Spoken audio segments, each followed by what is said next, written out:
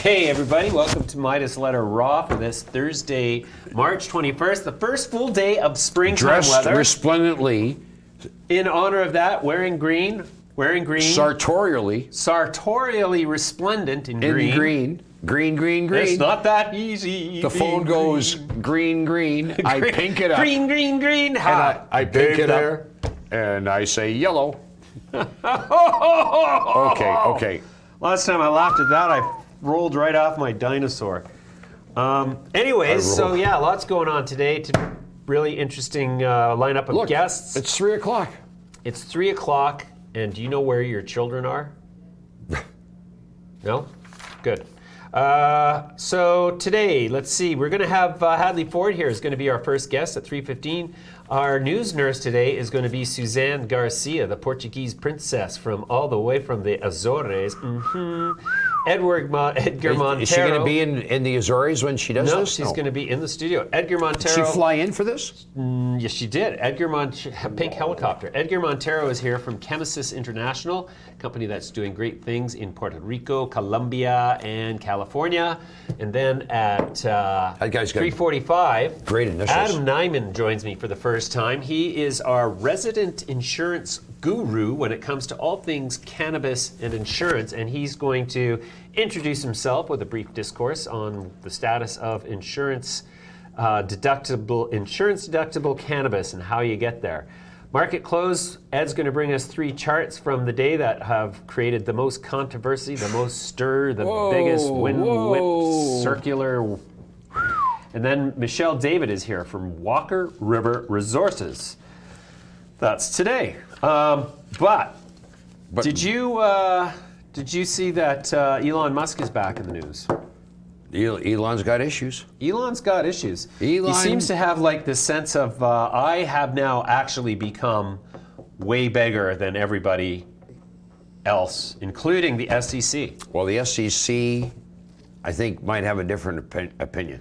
Yes. Well, so this is again like watching the SEC and asking ourselves: is this a uniform application of the law, or is this a specifically deprecated application of the law along the same lines as, like, say, a deferred prosecution agreement, like such as that is. Are you talking about a potential bifurcation?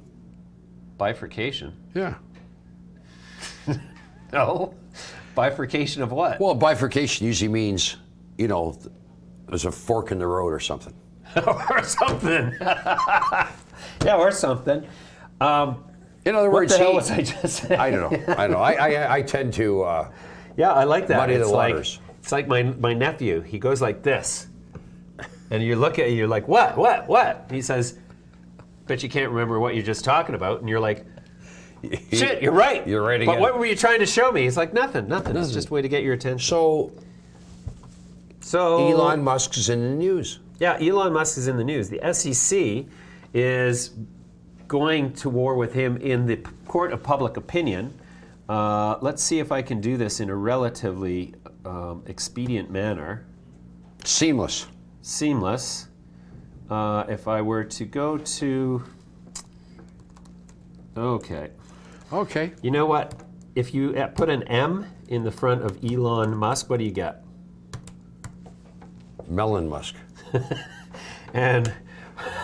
Oh, wait a minute. Musk melon.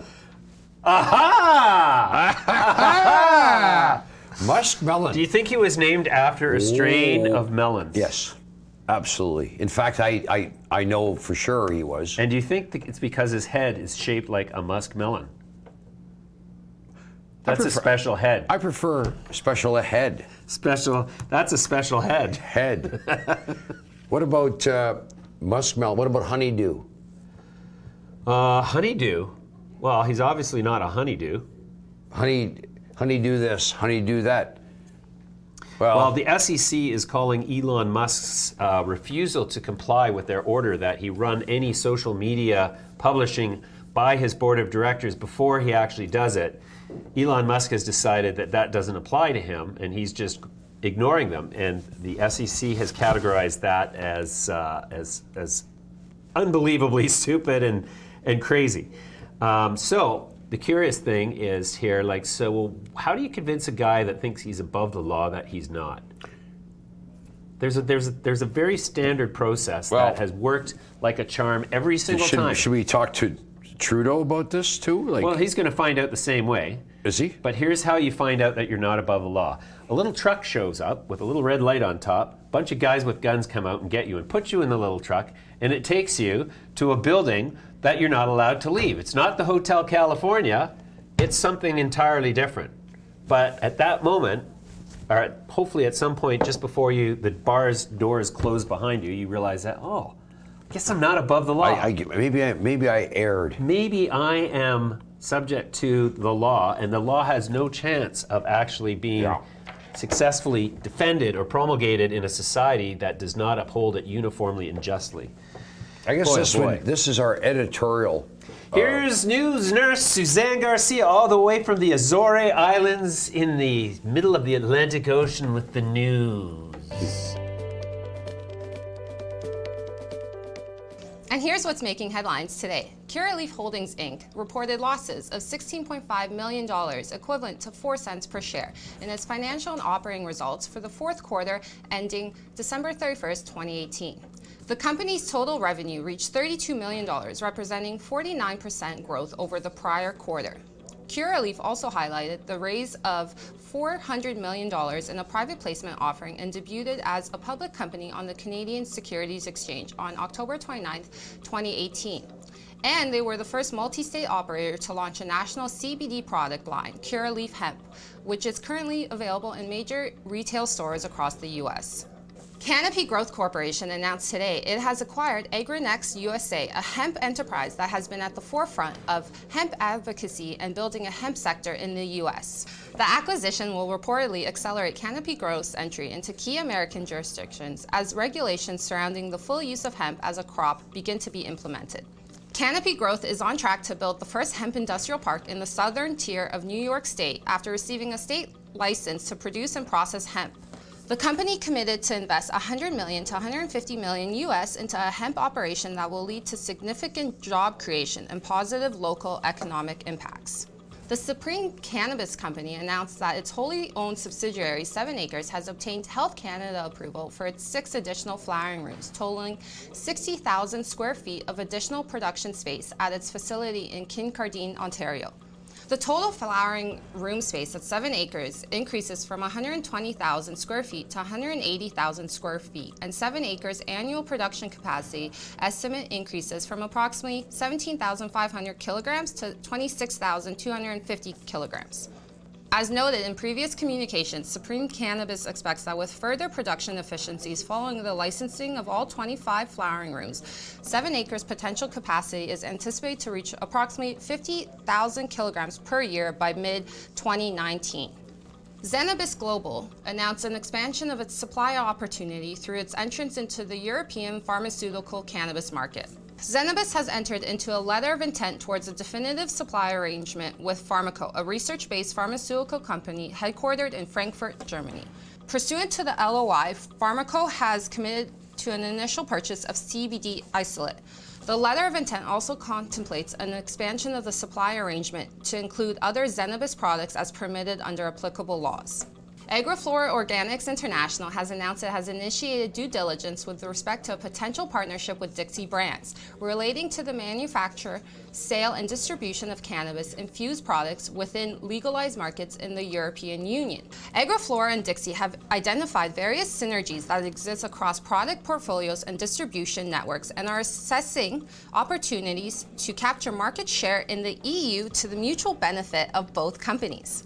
Harvest Wine Cannabis, through its wholly owned subsidiary, United Greeneries, announced that it has completed its first shipment to Shoppers Drug Mart of Sadafarm branded cannabis. Sadafarm branded cannabis is now available for purchase on the Shoppers Drug Mart cannabis web portal. High Tide announced that, subject to the approval of the Alcohol and Gaming Commission of Ontario, it has been selected to assist with establishing and operating a retail cannabis store by a third winner of one of only 25 opportunities to apply for an operator's license. Subsequent to previously announcing that High Tide had been selected to assist 2 other lottery winners, the third winner acknowledged its need for support and chose High Tide to help open a retail cannabis store at a proposed location in Toronto, Ontario. And that's your news for today. Well, there's the news, Ed. Why is Curaleaf rock and rolling? Never mind that. Look at Chiron Life Sciences. Oh my God, what's going on? Chiron's up 17, 18 cents today. Yeah. Trading like 408, 409. Again, another step on the great march Remember the song by the Beach Boys about my 409? Oh, my little 409. I can't sing that. 409. I just screwed myself by singing the good vibrations. You know what 409 means, eh? 409. Yeah, it's 11 minutes till we get high. No, cubic inch displacement. Oh, the engine. For the engine. Right, which was Not the the engine motor. for? GTO. No, I thought it was a Corvette. No. Thought it was a Corvette. Anyways, there's a trivia question for the day. If you know which engine my little 409 was referring to in the Beach Boys song of the same name, what car are they talking about? What make and model and year is what you have to know to get this right. You will win. It was a GM product, though, wasn't it? General Motors. I don't know. She's real fine. Anyways, 409. one of our favorite cannabis CEOs is joining us in 1 second. But first, we're going to look at this little tidbit. iAnthus Capital Holdings Inc. owns and operates licensed cannabis cultivation, processing, and dispensary facilities throughout the United States. iAnthus recently announced the acquisition of MBX Bioceutical Corp. The combination, valued at $835 million, makes it the largest public cannabis transaction to date in the U.S. iAnthus Capital Holdings is listed on the Canadian Securities Exchange and trades under the ticker symbol IAN. iAnthus CEO Hadley Ford joins me live now via Skype. Hadley, how are you? I'm just fantastic. How are you doing today? I'm well as well, thank you. Where are we talking to you from today? I'm at the beautifully plushly appointed Biltmore Hotel in Miami at the Seaport Global Conference. Oh, and is that a cannabis conference? They've got some cannabis guys here. Unfortunately, it's indoors. You know, it's an absolutely gorgeous day, and I have to be indoors and 70 degrees and beige and all that sort of stuff. I wish I was out. Well, it's, the weather's getting better everywhere in the Northern Hemisphere, I'll have you know, but we're not here to talk about the weather. Give us an update. What's happening with iAnthus right now? All good things. All good things. We continue to integrate the MPX acquisition. That is just going swimmingly. They're knocking it out of the park in Arizona, Nevada, Maryland in particular. We'll be launching some product sales in California the next month or so, and we've got a couple of awards for Best of All coming up that we'll see in the press. So it's all good stuff. On the dispensary side, I think we've opened 2, 3, 4 dispensaries since we last spoke. A couple in Florida, one up in New York, and we've done some key hires as well. We have Pat Tiernan, who's now our EVP of Ops. He was the Chief Operating Officer at one of the top craft beer companies on the planet. So he learned how to make the beer taste the same in 20 different countries, and using those processes will make the cannabis taste the same in every state we're operating in. Wow, that's a tall order. That's pretty good. Wow, that's pretty good there, eh? For a taster, if you want to send me your CV. Oh, absolutely. I'll be. Let's see, when's the next flight to Miami? I'll get right on that. So Hadley, tell me an overview. What is the total footprint of iAnthus now in terms of dispensaries, grow ops, everything? What's the whole enchilada look like now? Oh, sure. So we're in 11 states now. I think we've got 21 dispensaries open. We have licenses to open up to 63 across those. I think we've got the ability to grow and process in all those states. Sometimes we have duplicative licenses, so we probably have 14 or 15 grow and processing licenses across those 11 states. Combined on the growth side, it's close to 600,000 square feet, including our campus down in Florida, which is probably one of the biggest grow campuses on the planet. We've got acres and acres of outdoor. We've got greenhouse. We've got indoor. By the time we complete that, we'll be able to provide cannabis for all those anxious patients in the state of Florida. Yes, and anxious they must be. Well, they'll be less anxious after they use our product. I'm sure they will. I'm sure they will. Okay, so Hadley, I'm just curious as to where does your ambition end? Like, are you? You're not going to take over Europe next, are you? No. I think there's enough to be done in the United States right here, and the idea is to have a broad enough footprint and retail presence that you can build brand around the products that you're selling.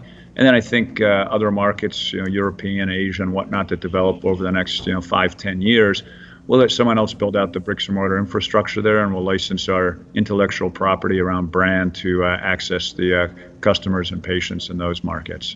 Right. One of our viewers, William Lay, wants you to know that there's an excellent Sunday brunch at the Biltmore if you're still there on Sunday. Well, I'd like to still be here on Sunday. Unfortunately, I'll be headed back up to the frigid Northeast later today. And I do love brunch too. So it would have been it's a nice offer. Yes, and you don't really legally have to wait till Sunday to have brunch, do you? And I guess I don't legally have to wait until noon. I could have it right now if I wanted. We can do whatever we want these days. I'm gonna go right now. I'm gonna go see if I can get some sausage and eggs and stuff. We'll wait. No, just kidding. Okay, Hadley, I'm trying to think of a tough question to ask you, but let's see. That 409 question was tough. That was, wasn't it? Okay, so how about this one? You raised $35 million in an unsecured convertible note. How dilutive is that, or how beneficial is that from a cost of capital perspective for the astute?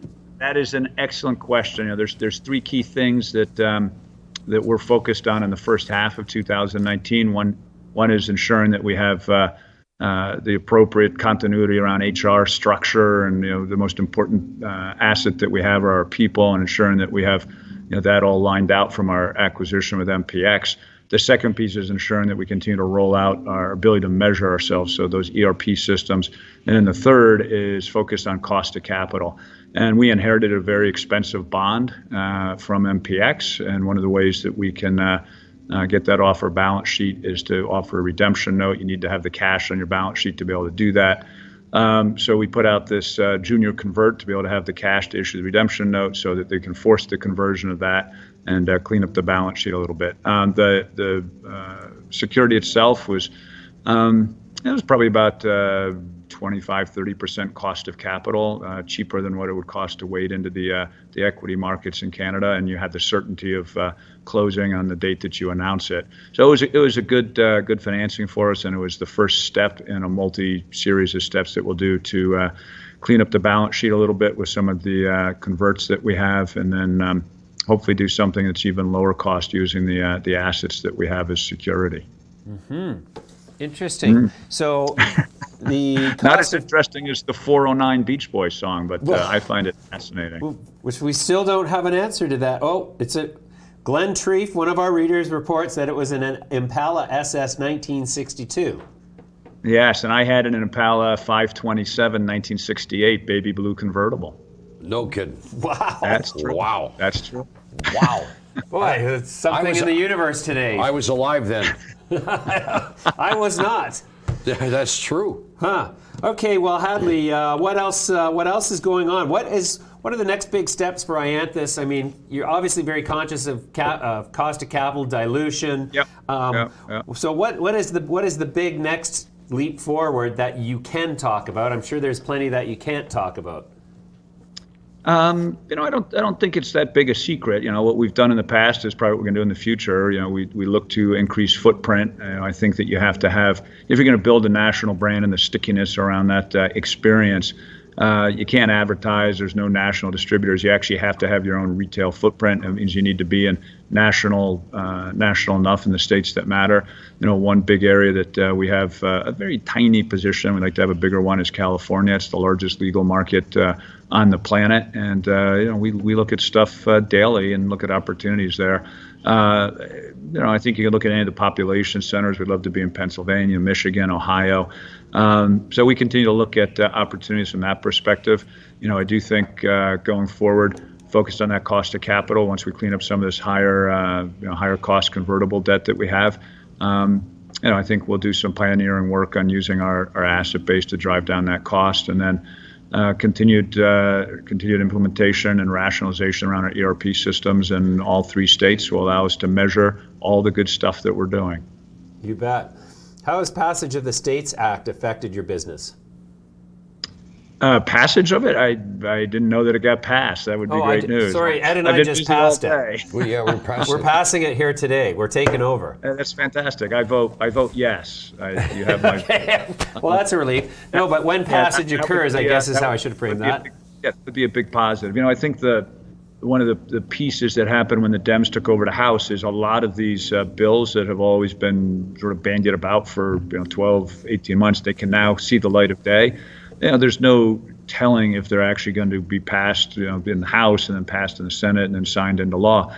But the idea that we're actually having a discussion around it, I think, puts a little pebble on the scale and shows that it will happen. If not today, if not in a couple of months, we'll see forward progress in a lot of regulatory, whether it's the SAFE Act, the States Act, whether it's direct decriminalization. Anything can be discussed nowadays, and ultimately anything is possible, and much more possible than it would have been with the Republicans controlling the House. Great. All right, Hadley, let's leave it there this time. Okay. Great to talk to you again. Have an excellent brunch on Sunday if you can wait that long. Otherwise, enjoy your flight home. Thank you so much. Always a pleasure. You bet. Bye for now. Bye-bye. So I've got the chart of. You got the chart of iAnthus up, Ed? Well, I was just looking at Chiron. Chiron and iAnthus look kind of similar. Oh. Both near their all-time highs. Right. That's we're gonna change it to iAnthus here. And see what you're talking about. Yeah. Look at Oh, it's not a valid symbol. Okay. IAN. You know what it is? IAN, but it's on the CNX. Correct. Look at this. Look at this. So. Yeah, those charts look very similar. Yeah. These are 2 companies that are both growing not by leaps and bounds, but growing steady Eddie. Was that a coincidence? Steady Eddie. You know what? I think I need to be in corporations. I need to be in companies, because then we can grow steady Eddie. We can grow steady Eddie. But look at this nice action here. Look at that. That line's almost straight too. Oh, yeah. That one's not. Nope. There, that's better. Look at this little drop, and now we're testing. Yeah. Yeah. Look at that. Wow. All right. Well, that's fantastic. You know what? He's doing a great job. No, I got to say that's Hadley's one of my favorite people to talk to because he never hesitates for an answer. He doesn't not know. He's extremely erudite. That's the word I was thinking of. But really? I didn't want to say it because I thought, Did I swipe your word? He swiped it. No, he's right on. He's spot on. Spot on, yes. Chiron's having a big day. Curaleaf's having a big day. Well, I mean, interestingly today, the large cap index is down 0.93%. Why is that? Why is that? Because is money decided to sell. From bigger tiered companies to smaller ones? Nope, it's because I decided to sell. Jesus. Yep. Jesus. Yep. Anyways, so there, looking at the indexes here on the old. What's the symbol for Curaleaf? Do you know? I can't remember. Isn't it CURA? No. All right, look at that. So interestingly, again today, well, except today the leader in terms of sectors is the small cap cannabis sector. So these would be companies between $100 and $500 million worth of market cap. They're the strongest segment of the whole cannabis complex today, up 3.6%. Let's go take a look at what's driving what. Maybe Curaleaf's in there. Curaleaf is probably, Curaleaf will be in here because it was probably small cap when it started, but it's going to be moving to the large cap index on March 31st because it's now over $500 million. $1 billion. $1 billion. Okay, so in terms of who's doing what, Green Thumb is the best performer on the small cap index. And interestingly enough, I don't think Green Thumb does no longer qualifies as a small cap. It's worth $1.54 billion at least. So there's one company that has grown by over $1 billion in the last quarter. Vivo Cannabis, $1.10, up 10 cents or 10% today. Look at this Village Farms, on fire. There's a dead end. Village Farms, $22.90. Boy, talk about institutional grade all of a sudden. We knew that was going to happen. iAnthus, up 37 not too shabby, cents. up 5%. Just since we had Hadley on. Just like that. Just like that. What Boy, about? what's it like to move markets, Ed? Oh, it's very empowering. Is it? Does it make you kind of like give you morning wood? Woody. my nickname's now Woody. Woody Harrelson? No, just Woody. Just Woody. All right, special wood. Special wood. Oh. Look at everything is up on the small caps. No wonder it's looking so good. Okay, let's go backwards a bit here. We're going to take a look at the cannabis CNSX index now. I'm going to start talking in tongues.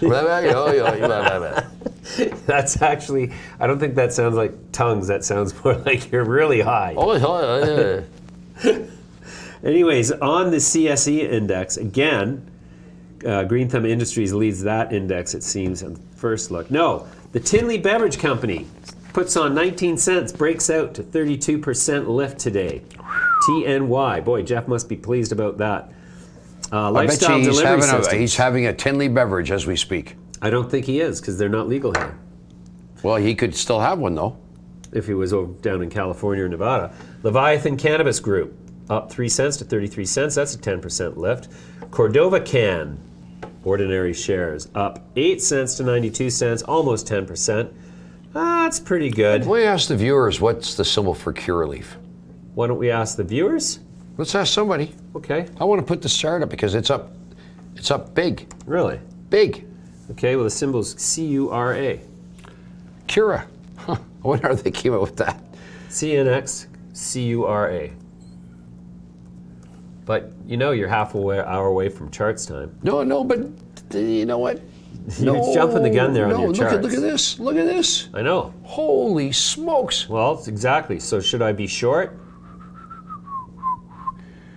You know what? This thing is on fire. Yeah, okay. So why is it trading like that today? Announcement today that they opened their 23rd Florida dispensary. Featuring, get this, Miami's first medical marijuana drive-through.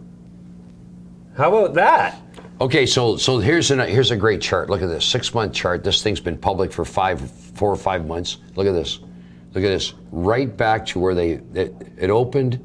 It went into it. If this thing breaks out of this pattern, yeah, climb aboard, viewers. So would you consider where it's at now resistance, or is that right now we're at a tipping point. Tipping point. Yeah. So it's right where it got sold off from. It's a tough one to call. It broke out of this. Look at this. Look at this, viewers. There's a little line of resistance there. It broke through it, but this ties into this. See that? So that's resistance. That is the last resistance point in this chart. The point is, there's no resistance. Resistance is futile. Resistance is futile. Where are we going? Up or down? Should I buy it? Should I be short? It's outside the B band. If this thing, I know, but it's breaking out of a pattern. It looks like it wants to go higher, and I think a lot of it has to depend on. Okay, so here's the thing. Here's my technical analysis conundrum. Yeah. Let's pull that chart back up. Yeah. Okay, so. Okay. It's outside the Bollinger Band. Yeah, but so therefore it must come back according to conventional technical analysis wisdom. Usually that's true, except when the bands are narrow and moving sideways. But those are fat and they're moving downward. This is fat. That's fat. This is fat. That's grotesque. That's fat. Boy, This is skinny. that looks like a P and a C. Cat. Okay, watch this. Now it looks like fat. Yeah. So what I'm saying Oh, now it is, looks like fart. well, Wow. we know what they smell like, don't we, James? Oh, God. Jesus. Jesus. Oh, we got to get out of here. I'm saying that this thing's been basing here for several months, Yeah. and now it looks like it's trying to break out. And if these things start to turn, this thing could get on a. Yeah. You know. Look at that. Beer is going for 19 cents down there. You know what? Still, it won't.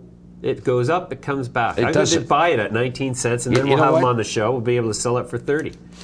Which, that would be illegal if you promotional? didn't disclose it. You know what's not acting well today is Kronos. Down 62 cents. That's one of your big boys. Well, the Kronos put on so much value in the last 3 months that you're going to expect a lot of profit taking from the Sure. short-term trading That crowd. does look like an R, so I think I'm going to do is put an A in here. And here's the other thing to think about, Ed. There, look at the this. rate at which new opportunities are coming to market, that's silly. The rate at which new opportunities are coming to market is causing people's fear of missing out instinct, FOMO? FOMO, to kick in a lot sooner than it normally would. When you have a very narrow bench, a thin bench of new opportunities relative, and you're in a bunch of winners, the fear of missing out tends to trigger selling less than when there's a nonstop onslaught of new opportunities.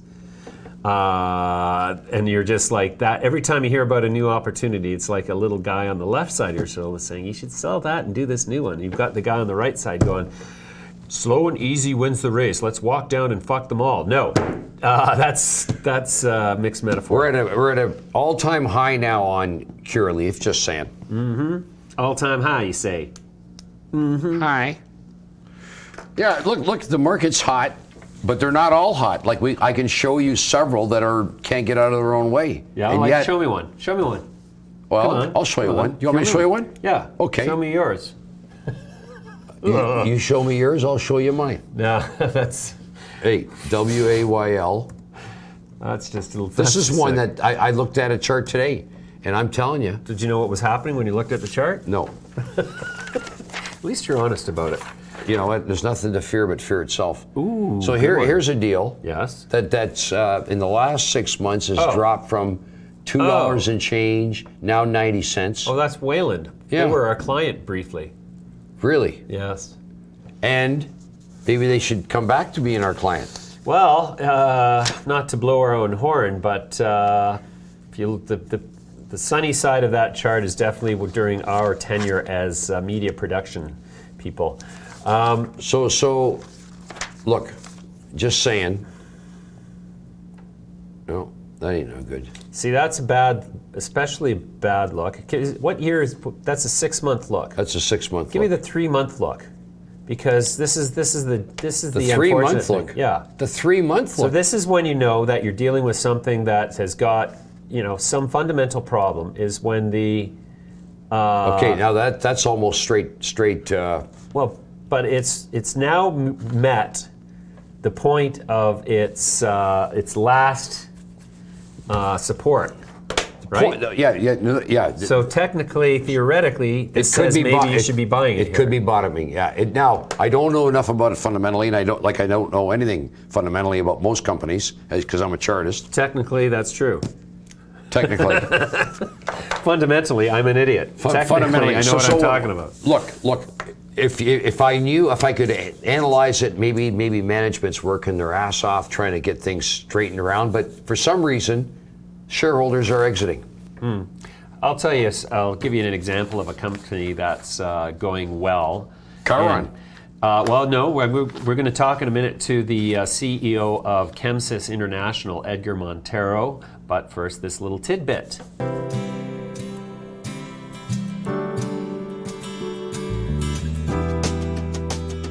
Chemesis International Inc. is a licensed producer and manufacturer of medical and recreational cannabis, currently operating in California, Puerto Rico, and Colombia. The company operates a 20,000 square foot expandable state-of-the-art manufacturing facility in Cathedral City, California. Through its wholly owned subsidiary, Chemesis Latin America, the company is conducting cultivation, production, and export within the Latin American market. Chemesis International Inc. is listed on the Canadian Securities Exchange under the ticker symbol CSI. I'm joined now by Edgar Montero, CEO of Chemesis International, trading on the CSE under the symbol CSI. Edgar, how are you today? Hi, how are you, James? Fine, thank you. Very excited to be in your program, my man. Ah, great. Okay, well, so let's start the conversation off with an overview. What is Chemesis International all about? Well, I think I talked to you before about the strategy of Chemesis. Chemesis is known, most of it for its manufacturing processes, and we are a multidisciplinary, multi-state, multi-country operation that is based in Puerto Rico, Colombia, and California as of now. And obviously, we're trying to do expansion in other states. But it's a company that we started July last year, and we are doing pretty well. We're a very exciting company, well established, great staff, and we're expanding rapidly, Jason. Oh, fantastic. Your most recent press release, you announced the partnership with First Medical Cannabis, bringing 1,000 acres of hemp cultivation into Puerto Rico. So you're growing hemp outdoors? Yes, of course. That acreage is meant to be outdoors, and it's this is a very good press release. But most importantly, the partnership that we are having with First Medical is going to be quintessential for us for the growth of the company in Puerto Rico. The land is privately owned. We have the rights to all its harvest for high CBD crop. So that's a pretty exciting news, not only for us, but I believe for whole Puerto Rico. We are in a stage in Puerto Rico where we need this type of deals, this type of contracts to start expanding the capacity of the industry, but also, and I would say, to contribute to the growth of the island. After the Hurricane Maria, I don't know if you were aware, but last September 2017, we were struck by this Category 5 hurricane, and trying to fix from the roads, the electric grid. The entire island has been a challenge for Puerto Ricans, and I believe a project like this one will bring certainty to the industry first and foremost. Will bring a lot of jobs to the community, and we're trying to put our best effort to try to develop something that is meaningful for not only for cannabis, not only for our company, but for the people in Puerto Rico. Mm-hmm. Well, that's commendable. We are very well aware of how tough it's been for Puerto Ricans in Canada after that disastrous hurricane. So that's great. Well, then, how are you planning to export products? I guess you can't really export from Puerto Rico into California markets or Colombian markets yet, but is that kind of what the game plan is by your international footprint here in Colombia, Puerto Rico, and California to sort of start to be positioned to capture that international opportunity as the laws in the United States evolve towards national deprohibition? Exactly. You're exactly right. We're in a position in the U.S.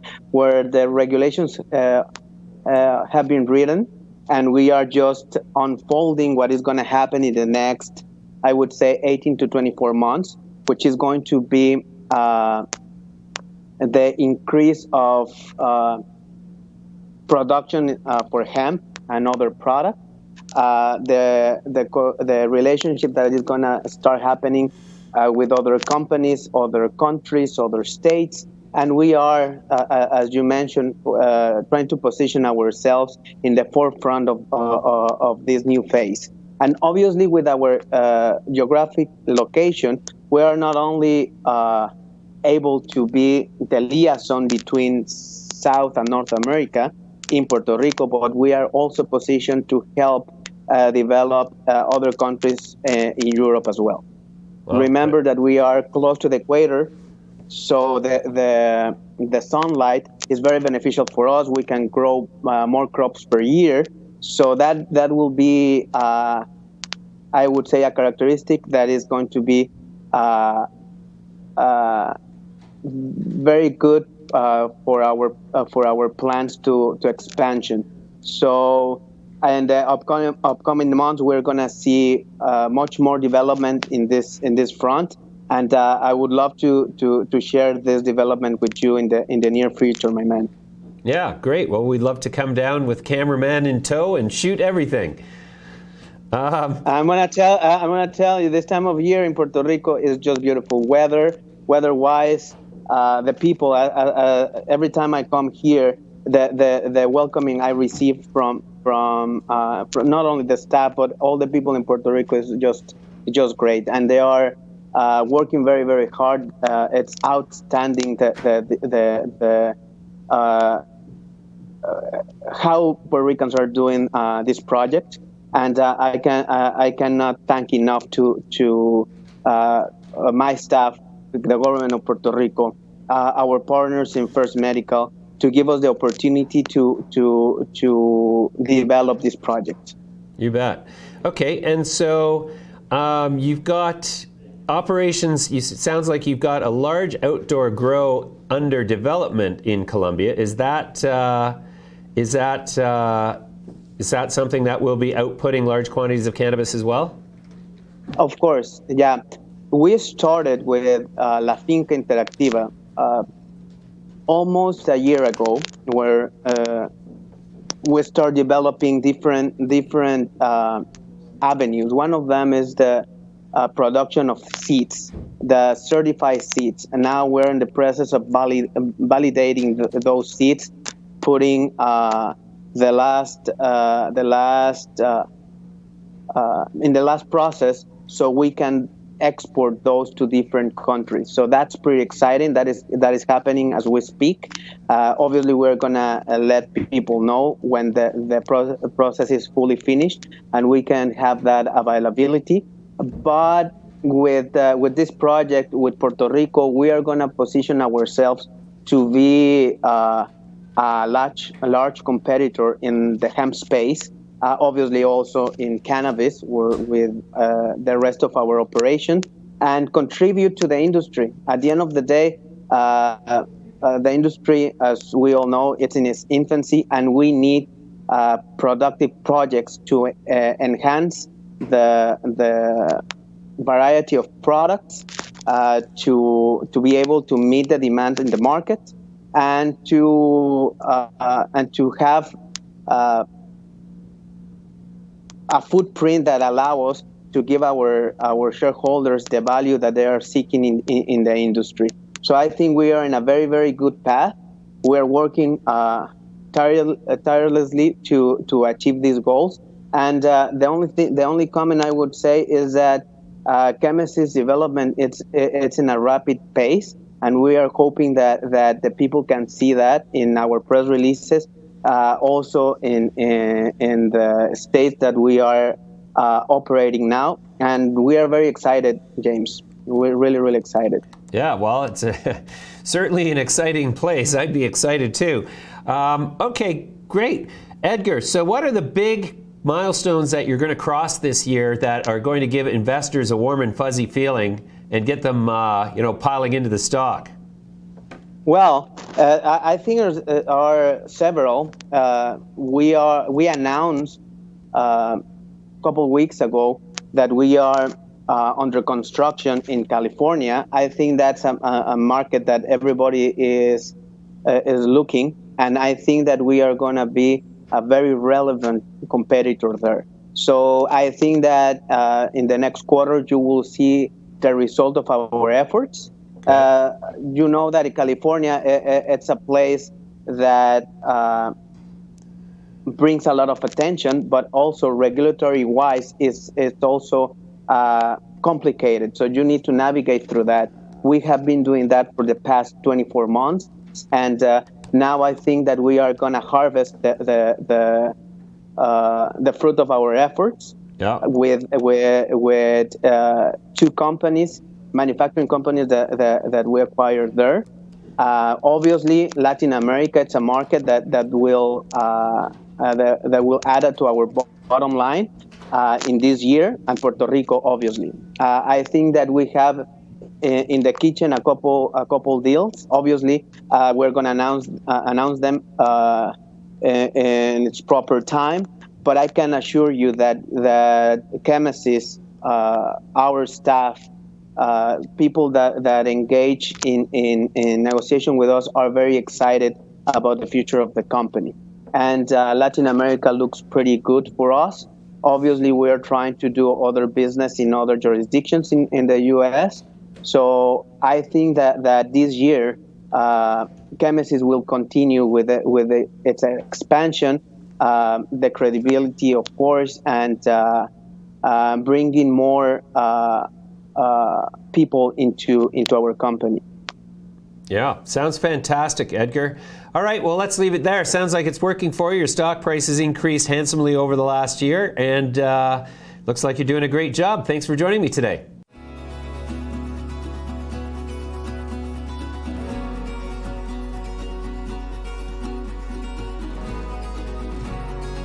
Let's talk about Aurora. Recently, your financials, you more or less delivered on. Here are the headlines moving markets today.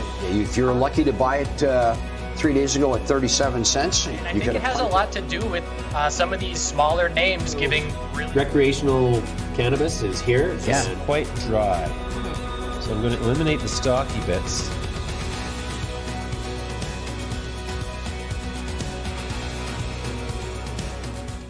Adam Niman joins me now. He's the CEO and founder of insuranceataglance.ca. Yeah.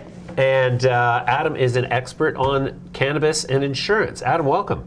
Thank you very much for having me. Adam, tell me about, so you are in the business of creating policies for cannabis users in the medical realm? No. So I just broker insurance policies. Mm-hmm. So because I'm open about my activity in the industry, people are more likely to speak to me and ask me questions with regards to how their consumption of cannabis works in the context of not only life insurance policies, but also, most importantly, benefit plans. Okay. So if you are a recreational smoker of cannabis and you don't smoke too much, you can get a non-smoking policy, even though a few years ago they would consider you a smoker and you'd pay twice the healthy rate compared to a non-smoking individual. So I smoke cannabis as a medical method of delivering cannabinoids to my bloodstream. I can get deemed a non-smoker by an insurance policy? So with insurance, it's about health, and with health, everything's a matter of degree, right? So if you smoke too much or you have a prescription that says you smoke, 2 to 3 grams a week, the insurance company is going to look at that and probably want you to pay a little bit more. But if you're a normal, healthy individual and you smoke recreationally, 1 to 3 times a week, and you control your consumption, technically, based on what the science says, it really doesn't have any what we know of adverse long-term effects compared to that of a non-smoking individual. Mm-hmm. So they will charge you a healthy non-smoking rate. A few years ago that changed, so if people have policies that they were honest about their marijuana smoking, and it's been a few years since, they should go back. They could probably save some money. Right. Interesting. Okay, so are we at the point yet in Canada where employers are making the coverage of cannabis a benefit by default, or is that something specialized and rare at this point? So it's happening slowly, mainly because of how much interest there is in the space, and also mainly because how many people are using it to manage illness and chronic illness. What I'm seeing right now is a lot of insurance companies are allowing people to claim and consume cannabis for certain medical conditions as long as it's approved by a doctor. In some cases, what I'm seeing is if people have cancer, serious chronic pains, they can claim to have cannabis covered under their plan as long as it's approved for by a doctor. The issue with cannabis is it's not like, if you're a diabetic, you need insulin. If God forbid you have cancer, there's very specific treatments, radiation, chemotherapy. But it's not like cannabis cures problem X or problem Y. It's more of a pain management tool. And because it's a pain management tool, if people had free reign, they would basically claim as much as possible. I'm in pain right now. There you go. So, and at the end of the day, all benefits plans is on a shared basis, your employer financing everyone's medical expenses. So if everyone could claim as much cannabis as they would just because it's now tax-free, and I can claim it under the plan. So what's happening is they're capping it. They're only allowing it for certain conditions, but the best place to claim it would probably be through a healthcare spending account where, there's no rules, you're just allotted a dollar amount, and as long as you spend less than that dollar amount, as long as it's a medical expense, and if you have a prescription for medical cannabis, you can claim through your healthcare spending account. Okay, and is a healthcare spending account a part of some company's standard offering, or is that all companies offer that? No, so a lot of large companies will offer a spending account in addition to a benefits plan. Smaller companies, they usually don't offer spending accounts. I don't know, in my mind, if you're a big business, you look at benefits plans as, cost of doing business. People like the idea of having a massive benefits plan being covered by one of the large insurers. But smaller companies, generally speaking, they look at benefits plans as just as a cost. It's much harder for them to cover those premiums, given all the pressure on small business these days. So they're much less likely to offer these sorts of spending accounts, because at the end of the day, all it is the employer paying for people's medical expenses. So, I am developing a healthcare spending account platform for small business called Kibono. You can check it out, kibono.ca. It's still our first version of the product. But the idea is that if you're a small business owner, without going through a broker, you can set up your own healthcare spending account for yourself, for your employees, and if you're sole proprietor, just for yourself, and you can claim your medical expenses on a routine pay-as-you-go basis. Okay, so what is the status in terms of general insurance, general medical insurance? So if I have a policy, let's say with Sun Life, through my company, do I have to right now go and get a special addition to my policy that allows my cannabis usage to be covered if I want that for myself and all my employees? So I haven't looked at to what each company's doing yet, and I'm going to be doing that. But from what I've seen through the emails that I've been getting is that all the insurance companies have basically opened it up. Each company's a little bit different. I was just looking before you decided to throw this interview on me, just looking at Sun Life as an example, and they've designated it for certain categories. If you have cancer, if you have MS, and they have maximums, right? I saw maximums that employers can select anywhere from $1,500 a year up to $5,000 a year. Wow, $5,000 a year worth of weed? That's a lot. Just goes to show you they really don't understand the space too much. But at the end of the day, when you're dealing with pain management, why are opioids so ubiquitous? Just because people didn't feel like doctors were taking their pain seriously, and they were pushing doctors and pushing pharmaceuticals to give people more leeway with regards to managing pain. And when someone's in pain, the last thing you want to do is tell them that they're wrong and they need less of something. So same thing is with marijuana right now. People want access to it. People want to get away from the opioids. And at the end of the day, if someone's sick, there's no amount of money you can throw at them to make them feel better. But $1,500, $5,000 a year, that buys a lot of marijuana. Yeah, for sure. So then, in terms of like taxation of your health benefits, is there anything likely to happen where, okay, your insurance company doesn't allow it as part of your policy, but the government will allow it as a tax deduction because it's a medical expense? So there's something called the medical expense tax credit. You take a deductible, which is either 3% of your net income or around $2,100. I can't remember what the amount is for 2019. But after you hit that deductible, the government will give you 20% back as a non-refundable tax credit on any of your medical expenses. So that's a lot of money. If you're making $50,000 a year, the deductible is $1,500. Chances are, I don't know, you're not spending $1,500 in a year on medical cannabis. Right. And the likelihood, even if you do, how much more than $1,500 are you spending? A few $100s? Yeah. Then all you're getting back is the combined first bracket provincial and federal rate on your taxes, which is basically 20.5%. So usually I need to spend anywhere between $1,500 to $2,000 to get that benefit. But if you're an employee and you have no benefits and you're going to the dentist, have other drugs, and all your medical expenses add up to a large amount that gets north of that deductible, you should definitely claim it on your taxes. And if you spent enough, you will get that deduction. You will get that credit. Sure. If you're self-employed through platforms like Kibono or healthcare spending account or your own employer's benefits plan, you're much better off claiming it through the benefit plan because then the expense is reimbursed to you on a tax-free basis. The annoying part about the medical expense tax credit is that what you don't realize is that you're spending after-tax dollars, and you have to hit a certain amount to get anything back. So it's kind of an imbalance between self-employed and employees, but nevertheless, there are a few options available to people who are business owners, self-employed, employees, or otherwise. Interesting. Do you think that the issue the government seems to be afraid of is that they don't want to reimburse medical users for the excise tax because it would cause a flood of recreational users to claim medical requirements, thereby undermining the entire taxation economics for the government? Do you think that's a factor in where the allowance of deducting cannabinoids as medicines is? I think it's so new that people, I personally think it's so new that the government is battling. They want to make it available. Well, half the government wants to make it as available as possible, and the other half is kind of pushing back on it. And I think that's the case with a lot of issues. It's like that. It's impossible for me to say that I think the excise tax issues are going to create problems. Listen, at the end of the day, you know, built into a lot of people benefits premiums, there's a premium tax, there's retail sales tax.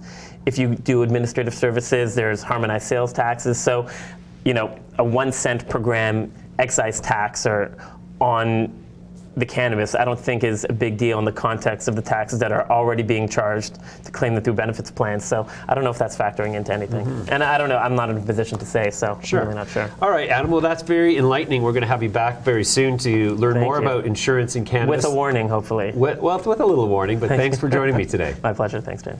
If you like the show, you'll love our website. Visit us at www.midasletter.com for interviews with key CEOs, cannabis news, and to subscribe to our newsletter. Wow, I don't know if you've been trying to collect your cannabis expenditures from any insurance company, Ed, have you? No. There are a couple of insurance things coming up. We actually are associated with a insurance company that is going to be offering the ability to insure cannabinoids with drug identification numbers very soon. And this is a company that we invested in. I'm not going to mention the name right now because they're not publicly traded. You can't really find them. Right. But yeah, the insurance thing is interesting. One of our regular watchers, Faye Smith, is telling us right now that she deals with MS, and she likes this interview because she finds that very interesting. So obviously, you know, the whole issue of being able to get your cannabis medication paid for as an insurance product or as a tax deduction is probably of interest to a lot of people who are using it daily. So we're going to focus on that, I think, for quite a bit because you know, if you need the medicine daily just to have a decent quality of life that's pain-free, you should certainly not be paying tax on it, and arguably it should be an insured product. When you say you're not paying tax, you mean like HST? I don't know. What do you mean? Like if you buy something, you're saying you should, if they're refunding it back to you. The excise tax would be a start. Anyways. I don't. You know, I think the black market's booming. That's what I think. Yeah. That's what I'm saying. All right, smart guy. It's 4 o'clock. Do your charts. Okay. Well, you know what? One chart we've got to look at for sure. Yes. We got to keep following this S&P. I think that's almost something that we got to look at daily. Okay. Okay. So daily. Pull up the S&P. Look at this move here today. It's taken. Well, I can't. You can't get it up. Oh, it's up. It's look up. at that. Quick, look at big day today. After a couple of red candles, we see a nice green candle. I believe that's a new closing high. Damn close to the high of 2 days ago, where it sold off. There's some guy that's got an article out that says that the setup here is as unique as we've seen in the last 70 years, and he's basically saying that what happened the last time this setup occurred, which was 1990, the market went up for the next 7 years, or 8 years, 9 years. right up until the 2000 debacle. Well, here's what's going to happen. As long as the Fed continues to keep interest rates at near zero interest rate levels, and Europe continues to quantitatively ease, or somebody's quantitatively easing, the markets will continue to rise. That process cannot go on forever, though the last 10 years certainly suggests that it could go on for another 10 or 15 years. But, this is the entire, basically markets expand when more capital comes in, markets contract when capital leaves. Capital only leaves markets that are contracting. Capital only enters markets that are expanding. I'm going to send you this because as long as the market demonstrates to you that it is expanding, you will continue to add capital to it. The governments know this and therefore create the conditions under which these charts can always be seen to be in an uptrend, and therefore economic growth is perceived to be persistent and uniform, and it's all artificial. It's all contrived. It's all like an artificial exercise in intelligence? perception management. Well, it's artificial. You might argue that it's intelligent because everybody's in good economic circumstances, at least if you are in good economic circumstances, you think that. But it's not intelligent because this is ultimately just foisting an unmanageable debt load on a future, which is essentially your kids. So, well, to that point, there was an article on. All the kids are going to be coming home to live with their parents soon. 20s, 40s, the new 20. 40 is the new 20. Yeah, 40, not 30. 40. Well, you mean in terms of sexual prowess? 40-year-old kids are still living at home. 40-year-old kids? There's no such thing as a 40-year-old kid, is there? Yeah. Come on. Well, I've never heard of that. Yeah. I mean, if you got a kid living at home who's 40, kick him out. The debt levels that students, for instance, have amassed by going to school, getting an education, and they can't get a job. Well, you stiff the bank for the debt. Stiff it. Stiff them. Stiff them. Just like large corporations do. Oh, no, let's renegotiate. Renegotiate? You mean you're foreclosing? Yeah. Oh, deferred prosecution agreement. Oh, you mean you get a get out of jail free card? No, that's bullshit. Look. Anyways, Ed, one chart, that's it? Okay, that's one chart? Okay. So the S&P, the Fed did an about face yesterday, didn't they? Well, they said they skidded onto their face another 50 feet down the road. No, but they were raising rates with impunity. The new guy came in months. and started swinging his big package around. Trump said, no. Watch this. Exactly. And then somebody came and talked to him and told him this is how government actually works in this country. And so sure enough, he started singing like a little canary. So closing chirping highs, like a little bird. Closing highs on the S&P. Yes. We go back to the panic low of the day before Christmas, right? Yeah. And now it's the highest it's been since then. It's taken out these three levels. 1, 2, 3. Now let's take a look. Nobody saw that. Nobody saw your 1, 2, 3 because you don't have anything up there to point at it. So make your lines on it because otherwise okay. I'm going to do it right now. Yeah. So here we go. That line is breached. Okay. So this arguably now looks like short-term resistance. Has been breached, and it looks like we're going to make a salt on that October high. That's my prognostication. A salt and pepper, or just an assault? Salt and pepper. Got to have a little spice. And pass the fork and knife. Mr. Edward, one of our more regular viewers, is requesting that we do a chart on CURA right now. Well, let's do it. Let's do it, Ed. Let's do it. You know what? Curaleaf has been on fire today. See, and that's on the CNSX. We call it that, right? Yeah. CURA, CNX. Okay. Well, earlier, and again, I want to point out, when it goes through the band on a flat, that's different than going through. What do you mean? Show me that graphically. Okay, I'm going to show it to you right now. Show me. So so this is a flat Bollinger Band. You agree? Yeah, relatively. Okay. And this is a relatively narrow, these are narrow bands. Relatively. This was your big boy here. Look at that. That kind of looks, you can construe that to be something. We've now taken out this high on a closing basis. I'd have to say, and on monster volume, 7 million shares today, by far the biggest volume. You know, I'd wait for a pullback maybe, but I think the stock's going higher. I'd say it's going higher because I think the S&P's going higher, and the good ones are going higher. Now, not all of them are going higher. Yeah. Okay? Yeah, okay. Okay, now what? Next. Let's look at Eve by request. Okay, let's do that. And that's EVE. The symbol is EVE on the CNX. Okay. No, it's not EVE on the CNX. It sure is. No. EVE on the CA. Ah. It's TSXV? Oh, You're wrong again. I was wrong again. Okay, put up a little tick mark for Ed. One tick mark for Ed. Whoa, what's going on here?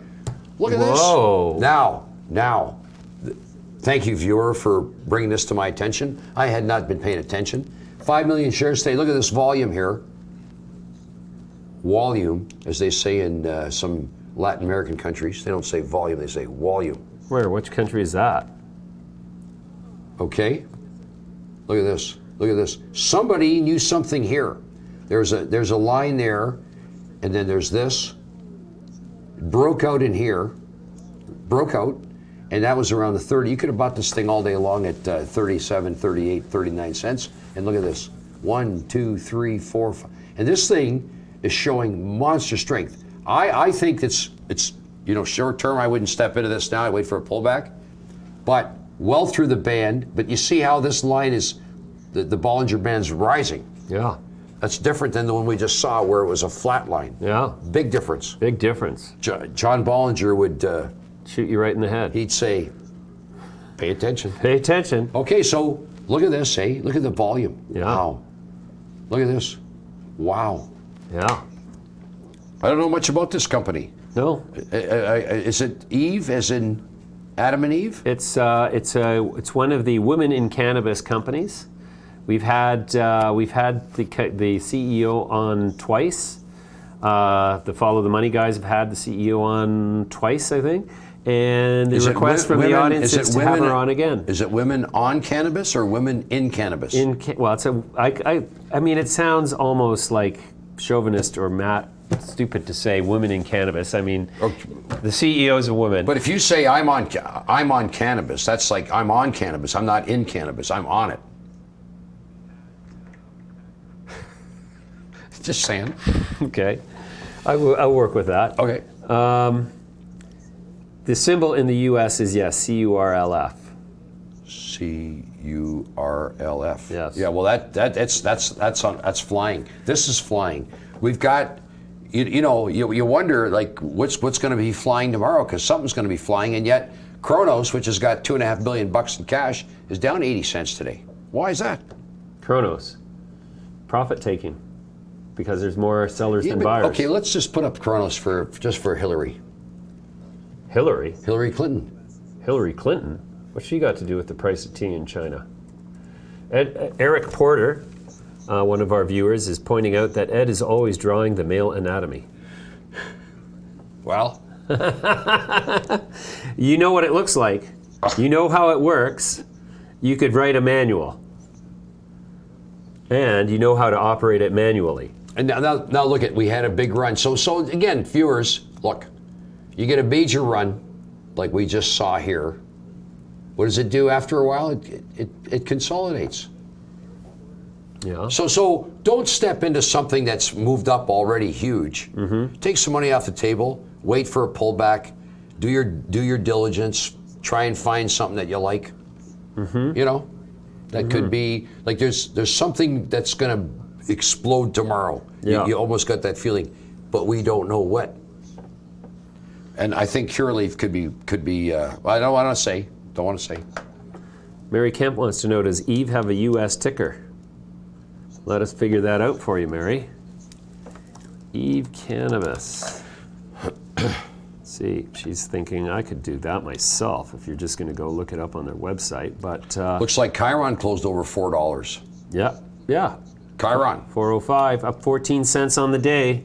No more 409 though. Don't forget, they're our client and we own them, so don't trust us. Just watch it, keep watching it go up. Just keep watching it. Keep Whatever watching. you do, don't buy this stock. Just keep watching it go up. Hey, I wonder if that would run afoul of the regulators. Whatever you do, don't buy the stock. It just keeps going they up. sue you because you said don't buy it. Well, that would be like going short. But I'm not saying sell it. I'm saying don't buy it because it's going higher. I can't say it's going higher because I don't know that, and I'm not qualified to, nor am I allowed to. I own it, and they're a client, and it seems to be going higher day after day. That's it. So no predictions. We saw Chronos down, Cannabis down, not a lot. All right, in an ode to the Wild West, we're going to, I think it's time you had a chat with Michel David. Michel David, who's the CEO of Walker River Resources. Yeah, let's do it. Let's do it. Walker River Resources Corp is a mining company with operations in Mineral Country, Nevada.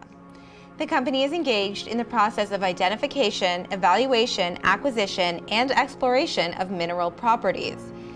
Its projects include the Wachishu River property and the James Bay project. Walker River Resources Corp trades on the TSX Venture under the ticker symbol WRR.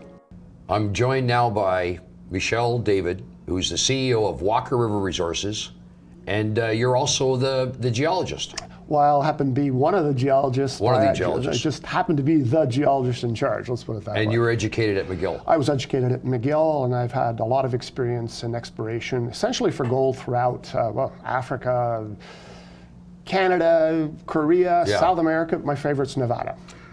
Nevada is, the fourth biggest exporter of gold in the world, or producer Actually, the of gold? third. The third in the world, yes. Is that right? Yes. Yeah. Some people say, that it's one of the finest jurisdictions.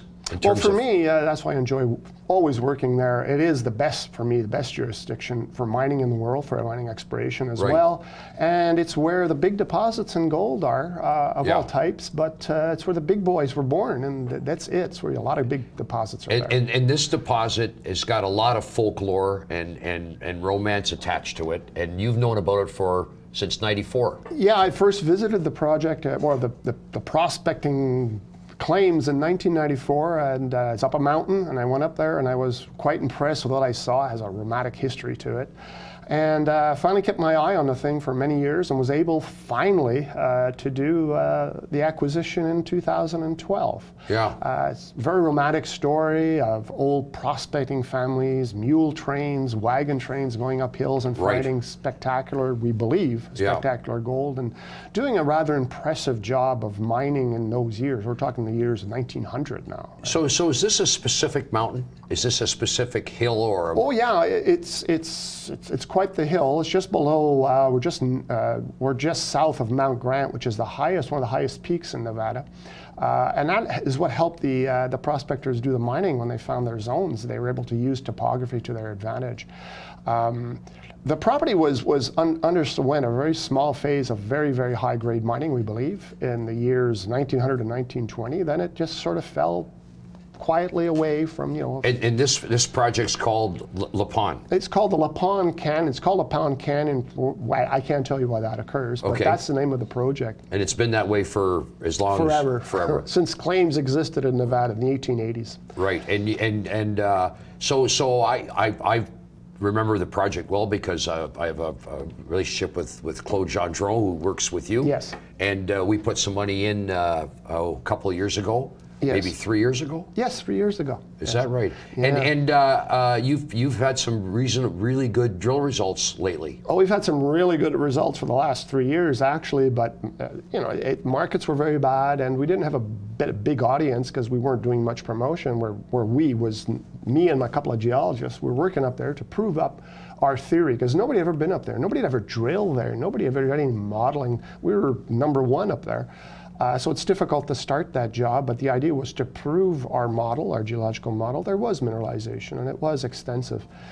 We did some brief drilling in 2016, 2017, and this year we were able to really get going.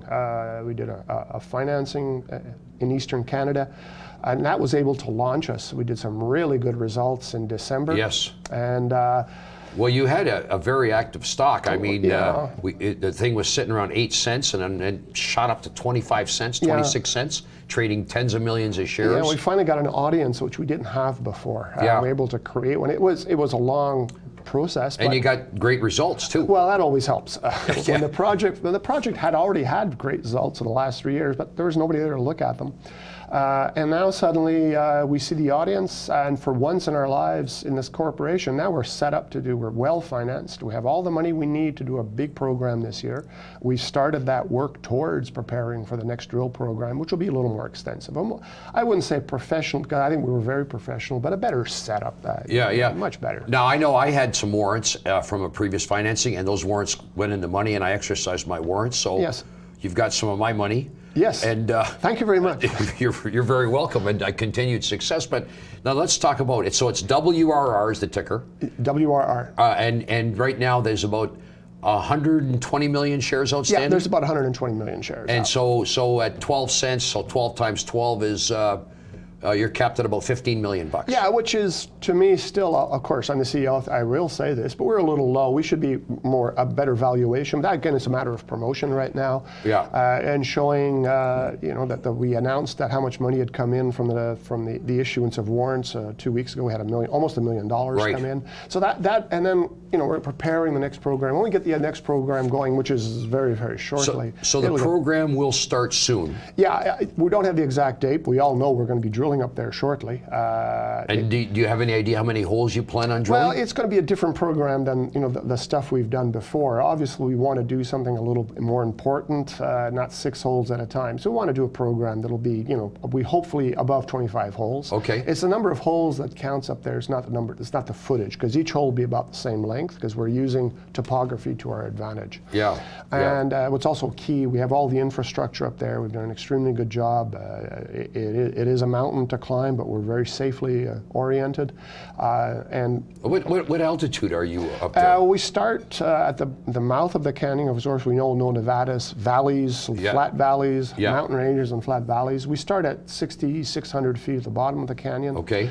Right up to an altitude of 9,000 feet. Okay. But the access is easy. It's not difficult. And I should tell the viewers, there's on your website, there's a very, very nifty little video that you did that I thought was very informative and well done. And if you take the time to go to the website and play the video, it'll tell you a lot about and it shows you it's the sort history of and the romance. It doesn't last very long, but it's 10 minutes. I visit with you the project at all the altitudes. I show where we've drilled. I show the old mining activities, the mine tunnels, and I also describe a little bit the history of the project, which I don't describe here, but it's very good. Yeah. So you have a theory, I guess, about this project, right? Like that the mountain is it fair to say, and I'm not trying to put words in your mouth, but you have a theory that this whole mountain is mineralized? Well, the whole mountain, what we have are cross fault structures similar to what we see elsewhere in Nevada, and I guess the best example it would be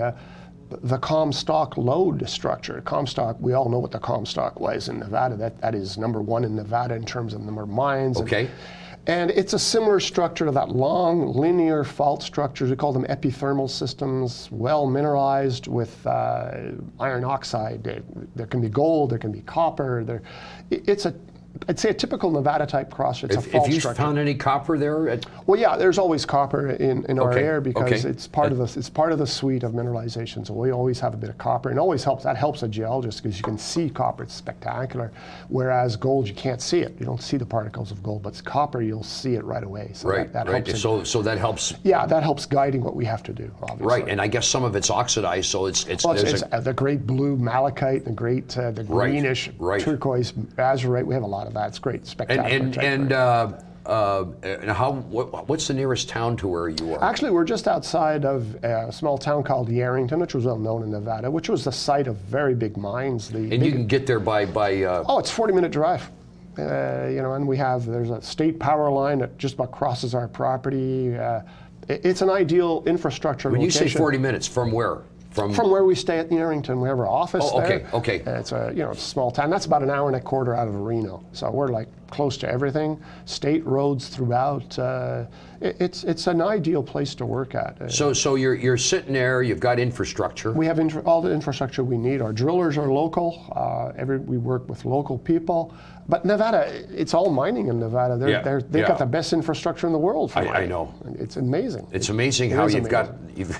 In a sense, it's ironic that the casinos are there and the gold is there. Well, in Yerington, we do have casinos, amazingly enough. Where we stay. So you've got money. Yes. You're ready to go. The drill bit's going to start turning here in a few weeks. Yep. And you're going to be drilling for several months? Well, yeah, it will be a program over the period of time, over the summertime, obviously. So in the traditional drilling, you'll be drilling, are you going to be drilling horizontally into?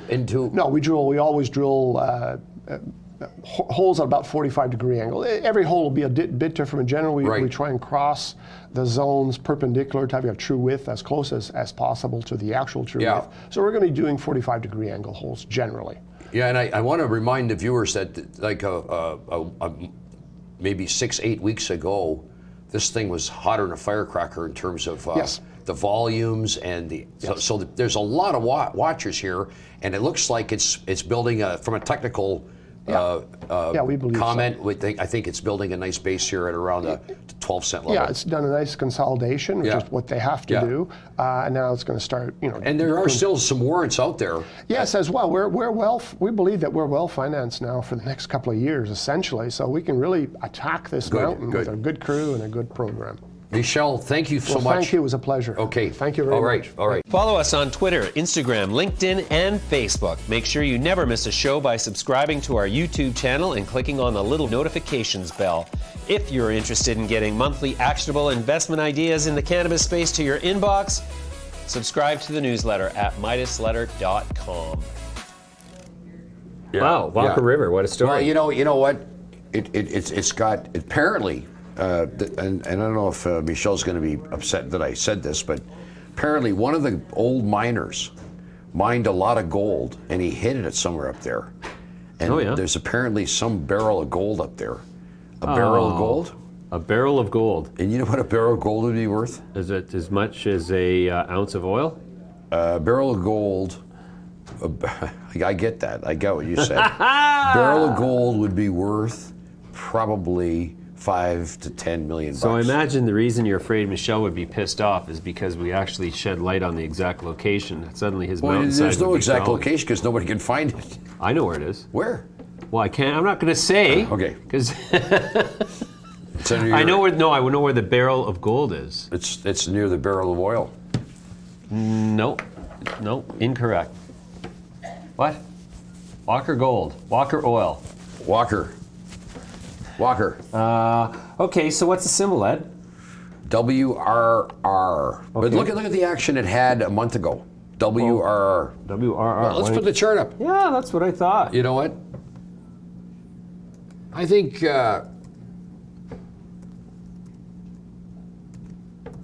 they got a major following in. Look at this, 11.5 cents today. Look at this thing. Look at how it's moving to the right now. It's not dropping anymore. Getting ready for that next drill program. But look at I had warrants in this thing that were worthless, and those are great warrants. But the warrants became worth like about 10. They could have been worth 40. Right. But I chose to extricate at 10. Oh, better. Probably good thinking. Good thinking. Yeah. And so look at the volume. Look at this thing. Do you own the stock? Yes, I bought some. I did buy some stock. I took my profits. Okay. And I took the profits off the warrants and I bought the stock, and I'm sitting with the stock. And when this thing turns here, ladies and gentlemen, viewers across the world. Don't predict the share price. I'm not predicting. What I'm going to say though is, I'm just saying this is what I see. Okay, we had this big breakout here, breakout move, monster volume. This is like 10, 15 million shares some days. We had a pullback, but now we're moving kind of sideways. And when this thing turns up, because there is all kinds of high-grade gold there. Okay. That's historic. Right. So there you go. Think that and they're funded, and they're funded now. Right. And do you think that with the Fed's sort of newfound commitment towards not raising interest rates, that the price of gold will start to rise incrementally while that's happening? So today we saw the S&P yesterday when the Fed said no more interest rate rises, gold catapulted. Say it again. Took off. Catapulted. And then today, gold retracted. And yet the market moved up. So, I feel these conflicting crosswinds. Well, so the Dow put on a big day, and the gold had a bad day. Yeah. When gold has a bad day, the Dow is having a good day. And when gold has a good day, the Dow's having a bad day. Oh! Look at this. Valens VGW going across it. Up 14 cents on the day. Up 14 cents. Not bad. Look at Vivo. Yeah. Up 13 cents. Wow. That's a 13%er if I ever saw one. That's a big one. Yeah. That's a big one. What are you going to do about that? Well, let me just, you know what, can we put up Namaste just for a minute? Sure. I want to, because we're talking about that a lot. Yeah.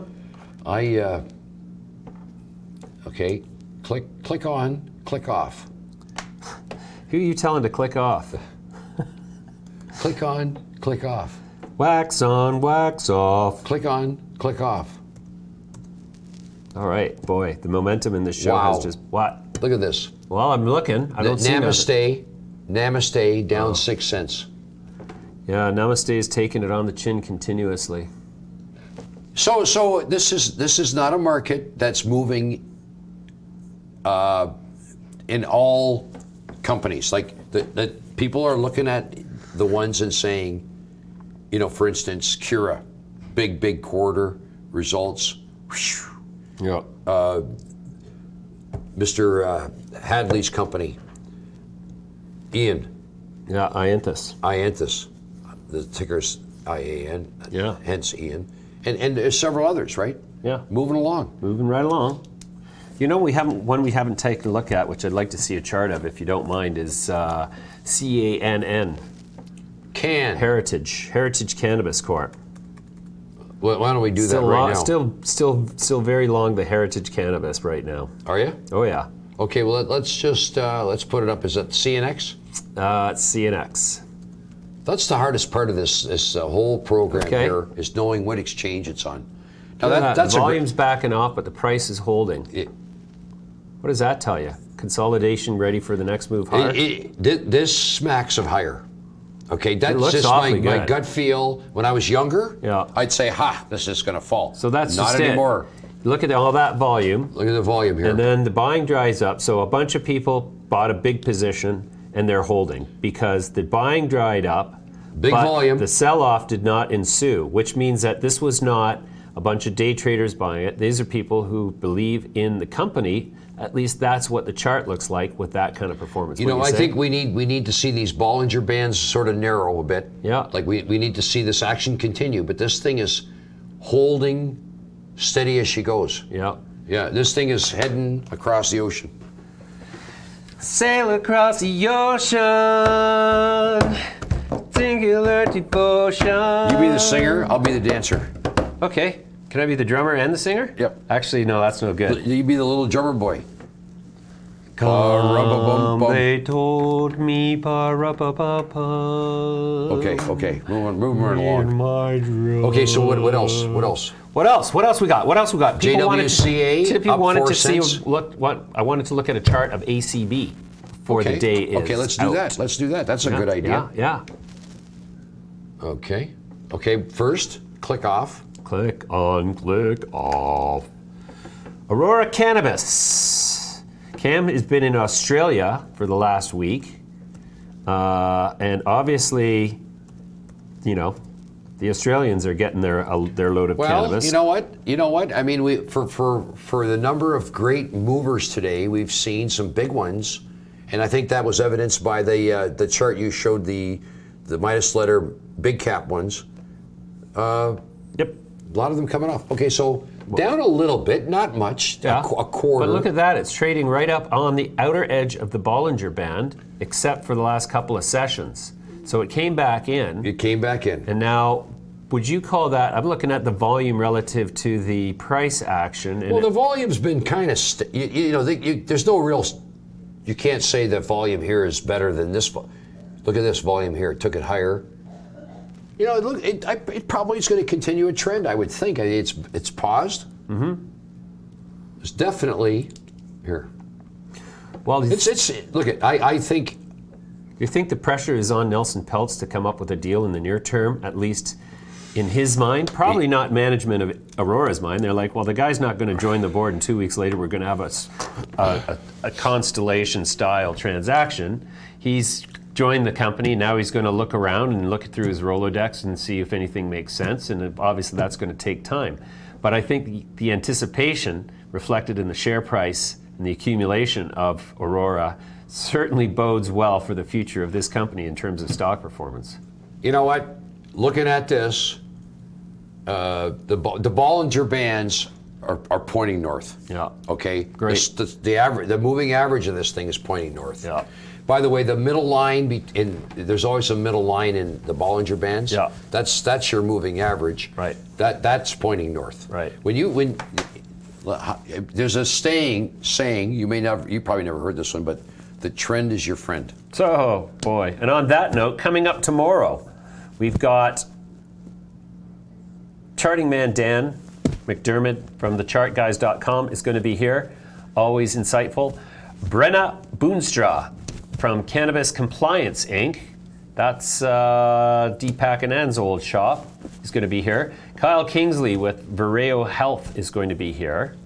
And as usual, we would love to see your comments in the comment section. And you can post questions there too. And every once in a while, we actually answer them.